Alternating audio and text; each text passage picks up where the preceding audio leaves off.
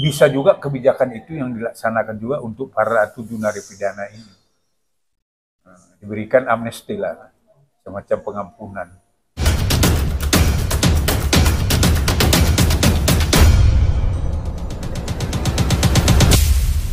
Kelanjutan kasus Vina Cirebon pasca Mahkamah Agung menolak upaya PK dari para terpidana kini memasuki babak baru. Kuasa hukum terpidana kasus Vina Cirebon sudah menyiapkan upaya lain perlawanan setelah MA menolak upaya PK. Dikutip dari tribunnews.com, kuasa hukum terpidana kasus Vina, Jutek Bongso, telah menyiapkan upaya lain setelah permohonan PK ditolak. Salah satu langkah yang kini sedang dipertimbangkan untuk ditempuh para terpidana kasus Vina Cirebon setelah jatuh putusan PK, yakni meminta amnesti dari Presiden Prabowo Subianto. Praktisi hukum, John Matias, ditemui di sela-sela kesibukannya kepada Cek Kabar Online, menjelaskan perihal upaya hukum yang bisa ditempuh oleh terpidana kasus Vina Cirebon, yakni gerasi hingga amnesti. Gerasi bisa diajukan kepada Presiden Prabowo Subianto sebagai lembaga eksekutif dengan syarat para terpidana kasus Vina Cirebon mengakui perbuatannya. Namun, John Matias menekankan, proses pengajuan amnesti itu tidak semudah yang dibayangkan jika ingin membebaskan terpidana kasus Vina Cirebon. Pasalnya Presiden Prabowo Subianto mesti berkonsultasi dengan MA dan DPR bila menyetujui amnesti bagi para terpidana kasus Vina Cirebon agar bisa bebas. Sangat disayangkan ya. Ya, kalau kita lihat di sini kan dari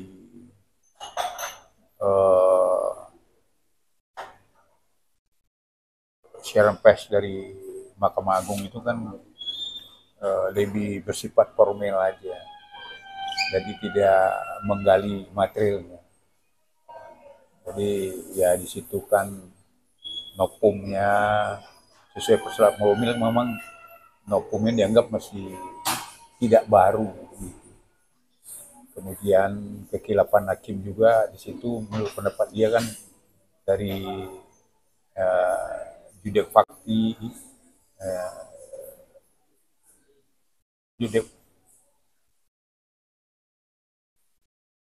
ya mulai dari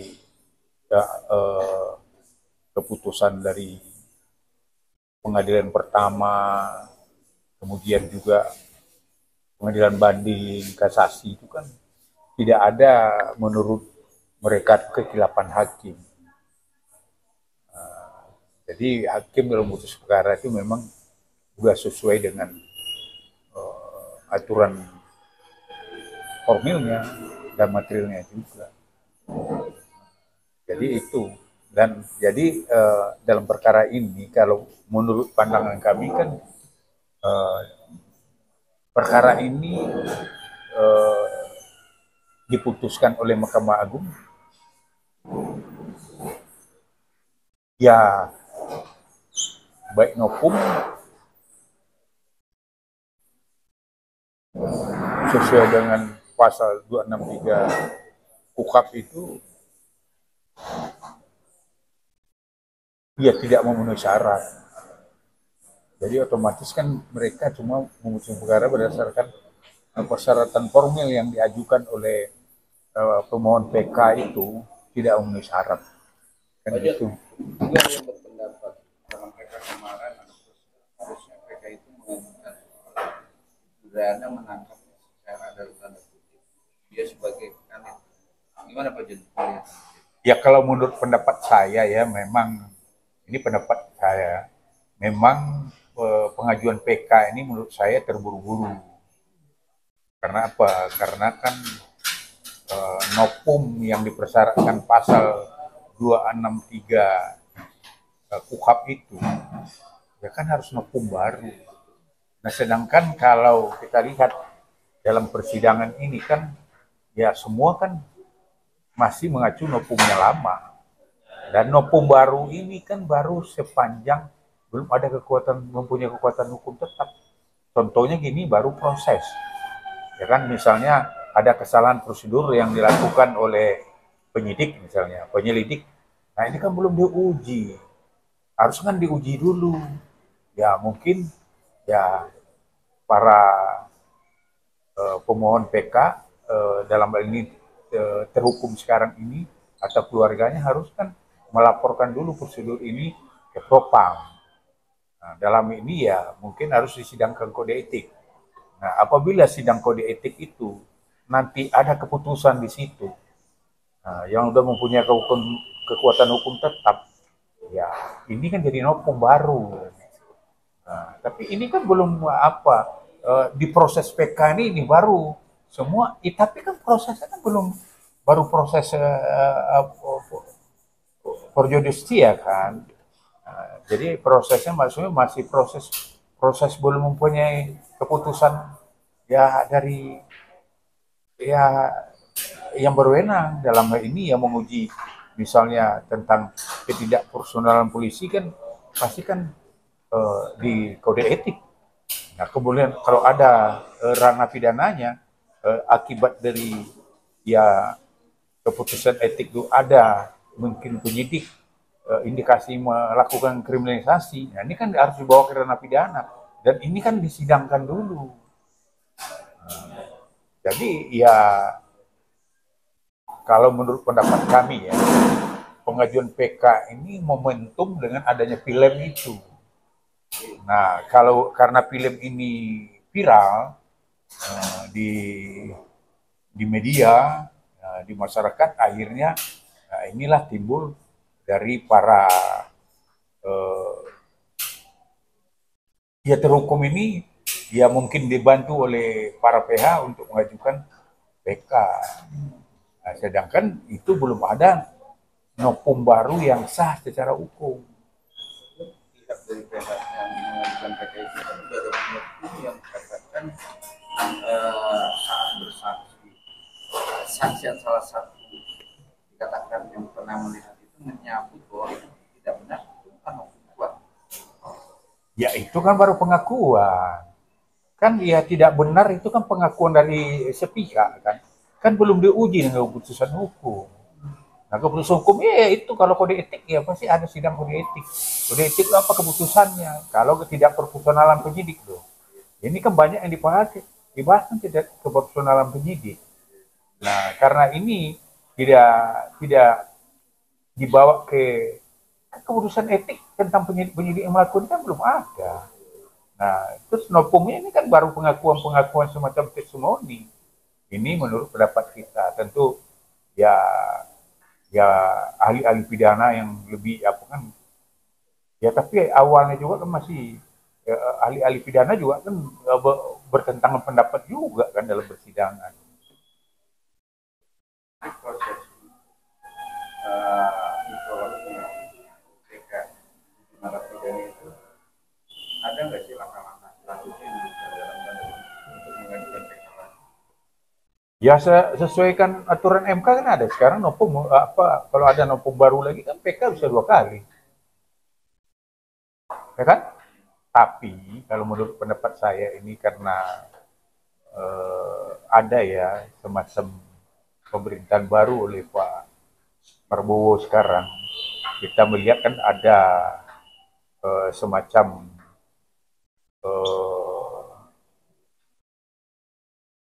pendapat semacam kebijakan atau mungkin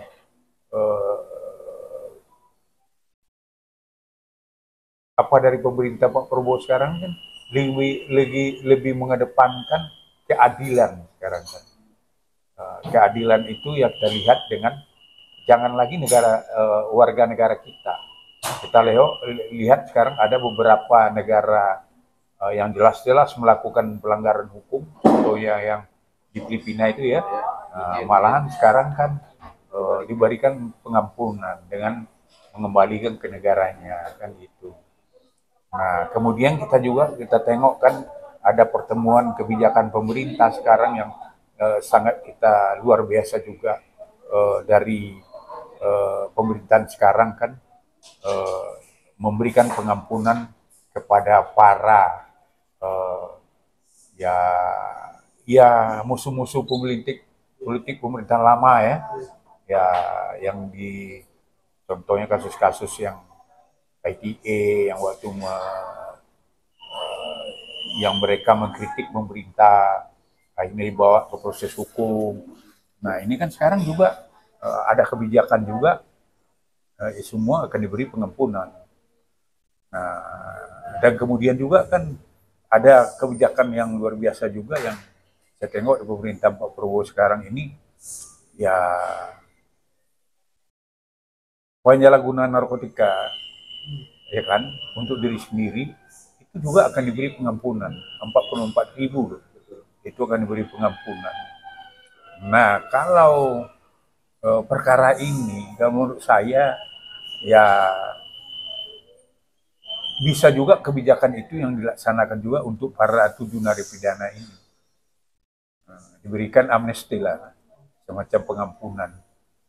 Apalagi kan ya ibaratnya ya memang secara keadilan masyarakat kan kita lihat kan perkara ini sebenarnya kan menjadi perhatian masyarakat yang sangat luar biasa, dan kemudian keputusan akhirnya menurut masyarakat tidak menyentuh keadilan. Nah, mungkin ya pemerintah bisa mengambil langkah itu, Pak Presiden memberikan amnesti. Apalagi sekarang kan ya di situ kan Menteri Hukum dan HAM, Menko Hukum dan HAM itu kan Pak Yusril kan udah ada statement juga, hukum ini janganlah menghukum seseorang berdasarkan dendam, ya kan? Kemudian juga kan ya di situ kan juga ada di situ Profesor Otto Hasibuan yang juga bagaimana juga memperjuangkan keadilan untuk 7 narapidana ini ya yang terhukum sekarang ini. Nah, ya kan menurut saya ya langkah amnesti ini yang lebih bagus, karena kalau gerasi kan para 7 narapidana tidak mau ngajukan gerasi karena mereka tidak merasa salah kan.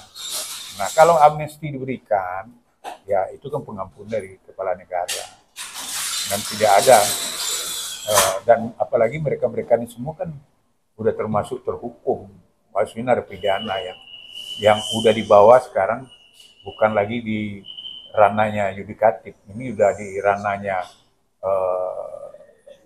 birokrasi, eksekutif, karena itu hak presiden memberikan amnesti.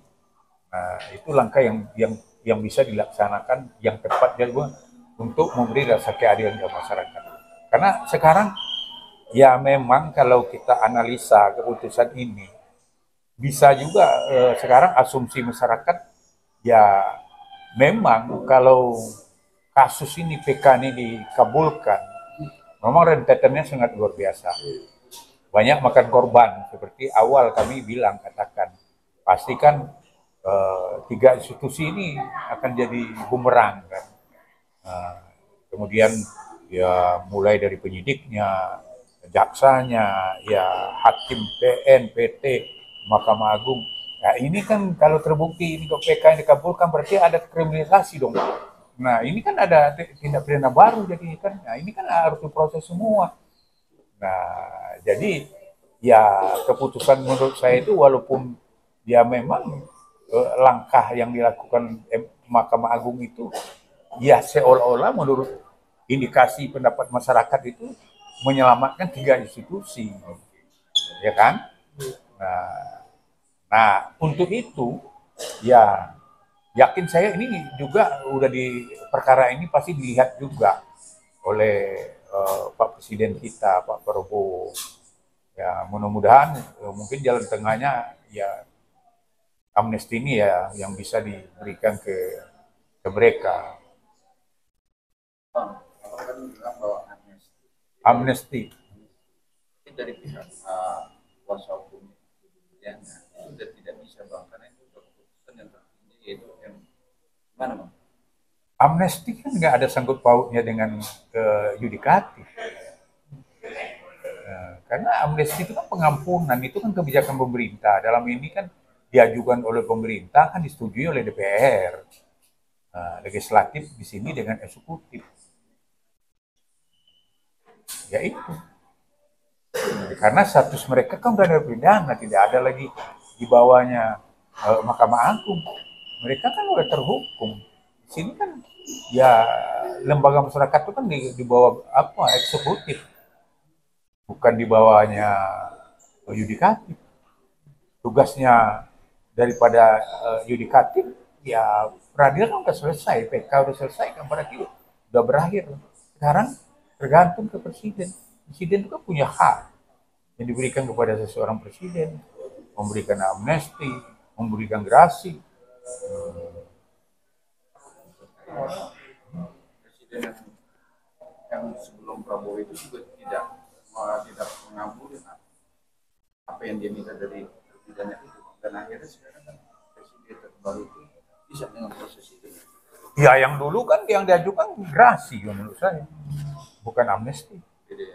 Beda. Gerasi itu kan pengampunan, kayak apa? Ibaratnya ya semacam apa lah, tapi itu tetap pertimbangannya ada Mahkamah Agung. Ya, kalau amnesti kan dari Menteri Kehakiman. Aja sebagai orang melihat MK sudah menolak perkara ini, ya kan? MA. Iya, MA, ya kan, sudah menolak perkara ini dengan prosedur negara gitu udah termasuk oke ya, maksudnya udah prosedur yang terbaik ya. Ada yang terjadi karena kajian juga tadi statement bahwa ini cuma menjaga martabat baik seorang tiga relasi negara itu. Ya karena saya tengok begini, keputusan ini kan yang cuma diputuskan hakim yang menjadi pertimbangan cuma syarat formil. Nah, ya kan, syarat formilnya itu ya itu tadi, ya nopumnya masih nopum lama. Nah, jadi kan tidak digali materialnya. Sebenarnya hakim itu kan ada dalam keputusan terakhir itu kan namanya hakim dalam memutus perkara itu ada keyakinan hakim kan. Nah itu. Jadi ya nampak sekali memang perkara ini yang diapain kan sisi apanya aja, sisi formil, persyaratan aja. Nah persyaratan yang diajukan PK sekarang ini menurut hakim ini kan tidak memenuhi syarat. Karena apa? Karena kan dasar pengajuannya kan kekilapan hakim.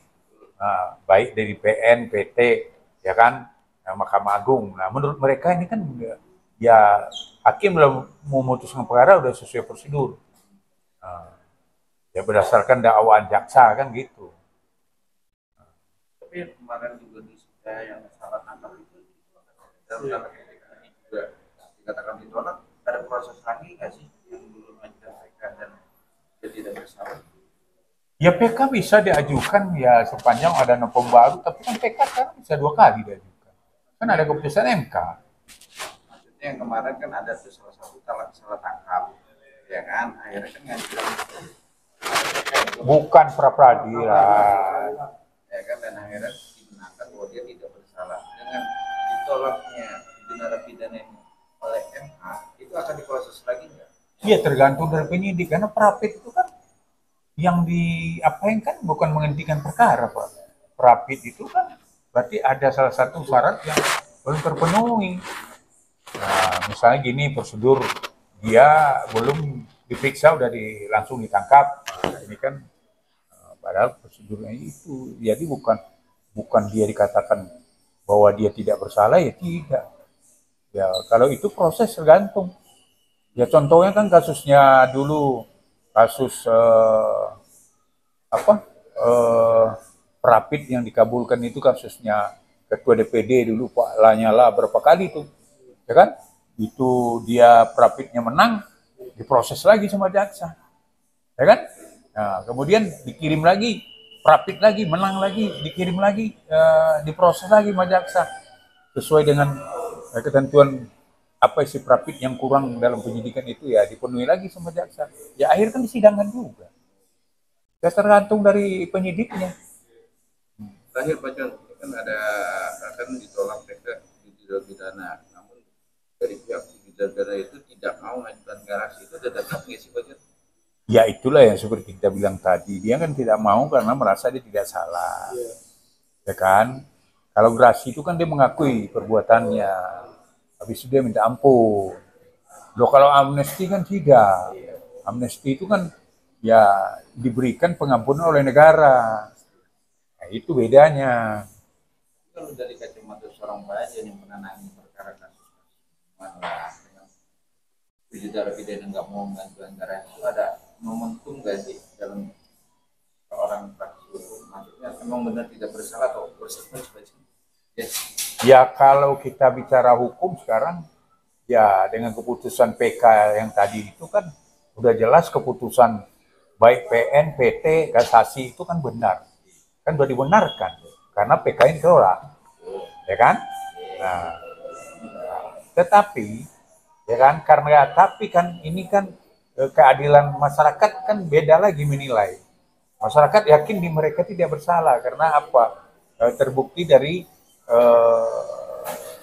semacam temuan-temuan baru yang terjadi walaupun belum ada keputusan, tapi kan ada indikasi ke situ kan ada. Contohnya ada yang disiksa, ada yang itu kan terungkap di persidangan.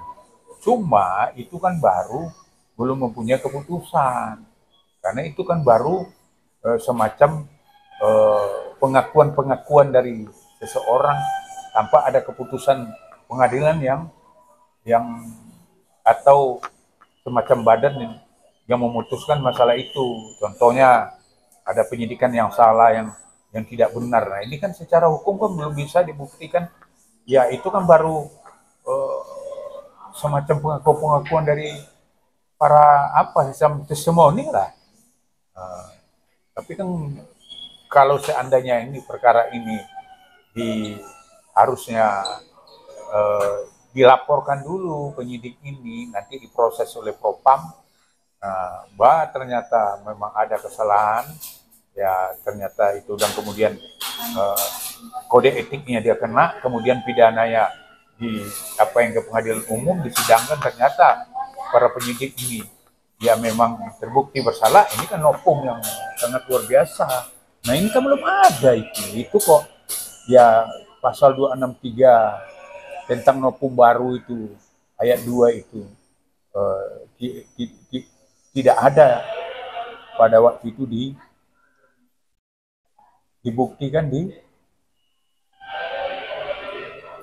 peradilan PK, di permohonan PK. Tapi ini alasan FH tidak mengabulkan PK narapidana karena dianggap tidak mendasar. Kata tidak mendasar itu, saya melihatnya. Ya kalau menurut pendapat kita nggak mendasar itu, dasarnya bukti dong. Bukti novum baru itu kan itu tidak ada dasarnya. Misalnya kalau seseorang melakukan ini novum baru ini, ibaratnya polisinya melakukan penyidikan nggak benar gitu loh. Ternyata ada keputusan etik, itu kan dasarnya. Ya kan? Nah kemudian dilimpahkan lagi ke contohnya Pak Freddy Sambo, ya kan? Keputusan etik dia dipecat. Nah, kemudian ya berarti ada keputusan dong. Ini kan novum nih. Kalau seperti perkara ini, kemudian kasus pidananya dilimpahin ke pengadilan negeri, diputus sampai ingkrah juga. Nah, kan novum. Ini kan dasarnya. Itu.